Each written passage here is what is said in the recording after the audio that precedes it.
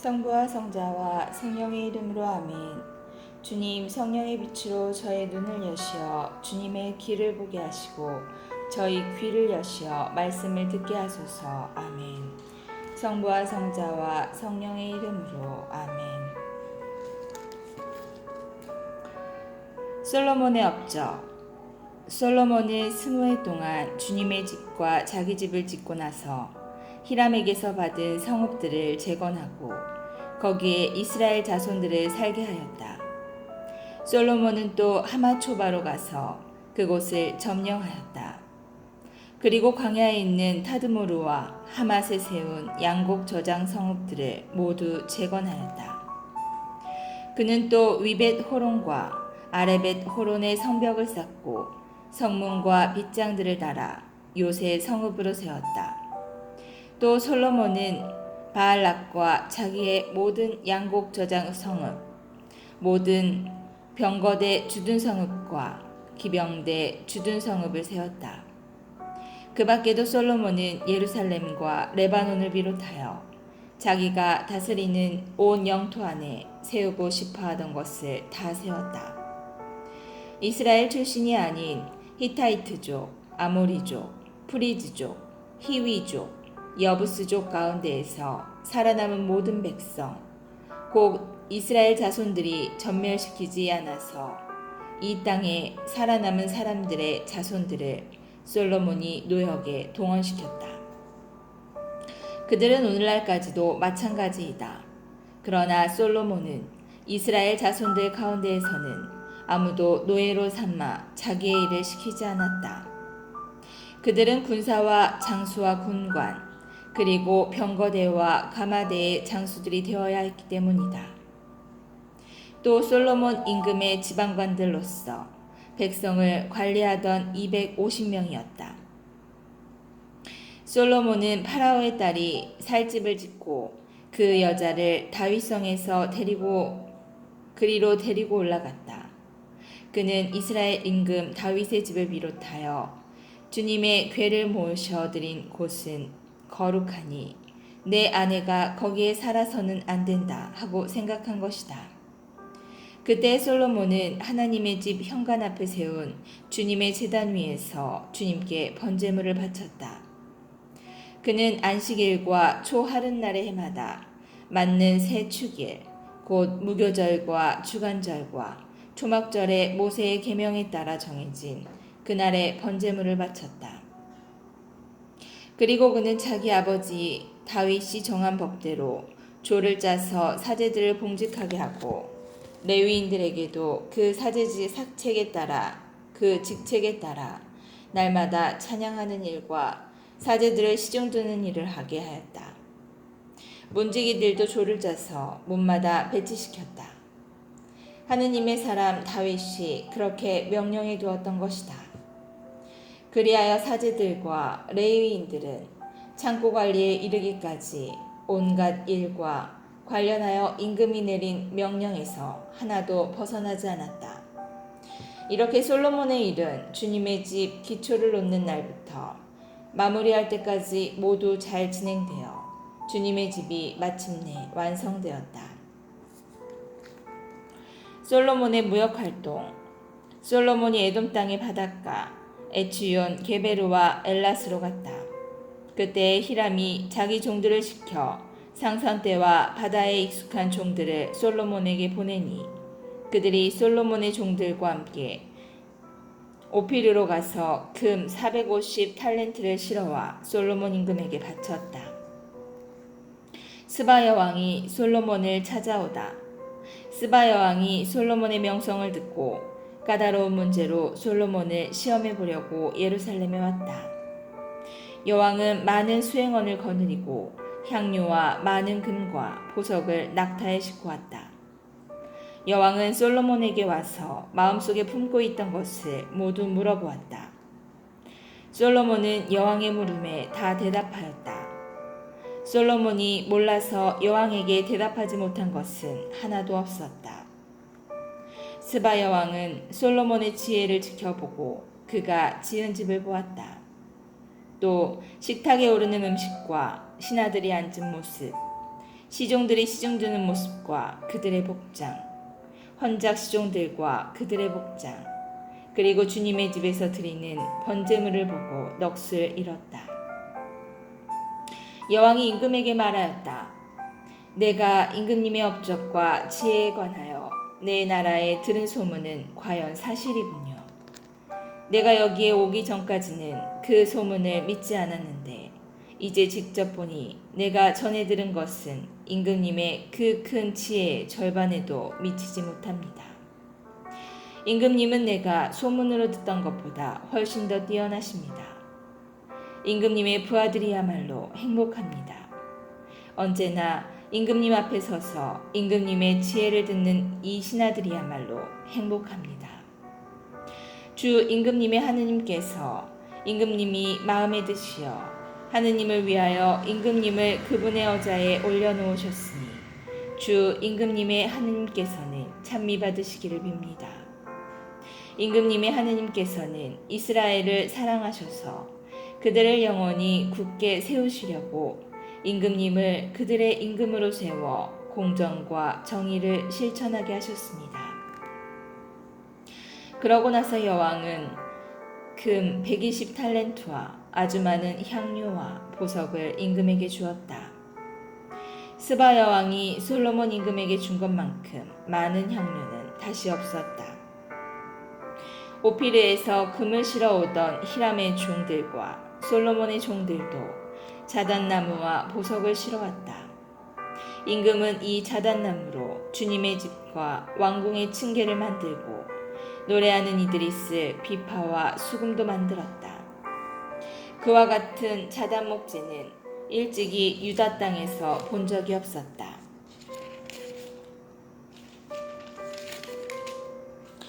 솔로몬 임금은 스바 여왕이 자기에게 가져온 이상으로 여왕이 가지고 싶어하는 것을 청하는 대로 다 주었다. 여왕은 신하들을 거느리고 자기 나라로 돌아갔다. 솔로몬의 영화. 한 해 동안 솔로몬에게 들어온 금의 무게는 666탈렌트였다. 상인들과 무역상인들이 들여온 것과 아라비아인의 모든 임금과 국내의 지방관들이 솔로몬에게 가져온 금과 은은 빼도 그러하였다. 솔로몬 임금은 금을 두드려 큰 방패를 200개 만들었는데 큰 방패 하나에 두드린 금 600세켈이 들어갔다. 또 금을 두드려 작은 방패를 300개 만들었는데 작은 방패 하나에 금 300세켈이 들었다. 임금은 이 방패들을 레바논 수풀궁에 두었다. 임금은 상하로 큰 왕자를 만들고 그것을 순금으로 입혔다. 그 왕자에는 층계가 6개 있었는데 왕자의 발판은 금으로 만든 것이었다. 왕자 양쪽에는 팔걸이가 있고 그 팔걸이 옆에는 사자가 2마리 세워져 있었다. 6층계 양쪽에도 사자가 12마리 세워져 있었다. 일찍이 어느 나라에서도 이렇게 만들지 못하였다. 솔로몬 임금이 마시는 데에 쓰는 그릇은 모두 금으로 만들고 레바논 수풀궁에 있는 그릇도 모두 순금으로 만들었다. 은으로 만든 것은 하나도 없었다. 솔로몬 시대에 은은 가치가 있는 것으로 여겨지지도 않았다. 임금의 상선 때는 히람의 종들과 함께 타르시스로 갔다. 이 타르시스 상선 때가 새해에 한 번씩 금과 은과 상아, 원숭이와 공작들을 실어왔다. 솔로몬 임금은 부와 지혜에서 세상의 어느 임금보다 뛰어났다. 그리하여 온 세상 임금들이 모두 하느님께 솔로몬의 마음에 넣어주신 지혜를 들으려고 그를 찾아왔다. 그들은 저마다 은 기물과 금 기물, 옷과 무기, 향료와 말과 노새들을 예물로 가져왔는데 그런 일이 해마다 그치지 않았다. 솔로몬의 병거대. 솔로몬에게는 말과 병거를 두는 마곡간이 4,000칸이나 있었다. 군마는 2,000마리나 되었는데 그는 그것들을 병거대 주둔 성과 임금 가까이 예루살렘에 배치하였다. 그는 유프라테스 강에서 필리스티아인들의 땅에 이르기까지 또 이집트 국경에 이르기까지 모든 임금을 다스렸다. 솔로몬 임금 덕분에 예루살렘에서는 은이 돌처럼 흔해졌고 향백나무는 평원지대의 돌무화과만큼이나 많아졌다. 또 이집트에서 그리고 다른 모든 나라에서 솔로몬에게 말들을 들여왔다. 솔로몬이 죽다. 솔로몬의 나머지 행적은 처음부터 끝까지 나탄 예언자의 기록과 실로, 사람 아히야의 예언서에 그리고 느밧의 아들 예로보암에 관한 이또 환시기의 환시록에 쓰여 있지 않은가. 솔로몬은 예루살렘에서 40해 동안 온 이스라엘을 다스렸다. 그러고 나서 자기 조상들과 함께 잠들어 자기 아버지 다윗의 성에 묻히고 그의 아들 르하브암이 그 뒤를 이어 임금이 되었다. 북쪽 지파들이 반기를 들다. 르하브암은 스켐으로 갔다. 온 이스라엘이 스켐에 모여 그를 임금으로 세우고자 하였기 때문이다. 느밧의 아들 예로보암은 솔로몬 임금을 피하여 이집트로 달아나 있다가 거기에서 이 소식을 들었다. 그래서 예로보암은 이집트에서 돌아왔다. 사람들이 심부름꾼을 보내어 그를 불러내니 예로보암은 온 이스라엘과 함께 르하브암에게 가서 말하였다. 임금님의 아버지께서는 우리의 멍에를 힘겹게 하셨습니다. 이제 임금님의 아버지께서 지으신 힘겨운 일과 무거운 멍에를 가볍게 해주십시오. 그러면 우리가 임금님을 섬기겠습니다. 그러자 르하브암은 그들에게 사흘 뒤에 다시 나에게 오시오 하고 말하였다. 이 말에 백성들은 돌아갔다. 르하브암 임금은 자기 아버지 솔로몬이 살아있을 때에 그를 받들던 원로들을 불러 저 백성에게 어떻게 대답하여야 할지 의견을 듣고 싶소 하고 의논하였다. 그러자 그들이 대답하였다. 임금님께서 저 백성을 좋게 대하시고 저들을 기쁘게 하시며 저들에게 좋은 말씀을 대답하시면 저 백성이 언제나 임금의 종이 될 것입니다.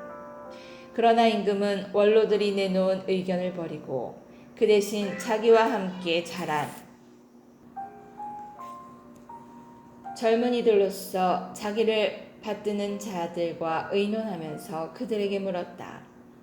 나에게 임금의 아버지께서 우리에게 메우신 멍에를 가볍게 해주십시오 하고 청하는 저 백성들에게 우리가 어떻게 대답해야 할지 그대들의 의견을 듣고 싶소.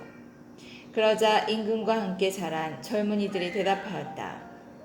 임금님의 아버지께서 메우신 멍에가 무거우니 그것을 가볍게 해주십시오 하고 청하는 저 백성에게 임금님께서는 이렇게 대답하십시오. 이런 식으로 말입니다. 내 새끼손가락이 내 아버지의 허리보다 굵다. 내 아버지께서 그대들에게 무거운 멍에를 메우셨는데 나는 그대들의 멍에를 더 무겁게 하겠소.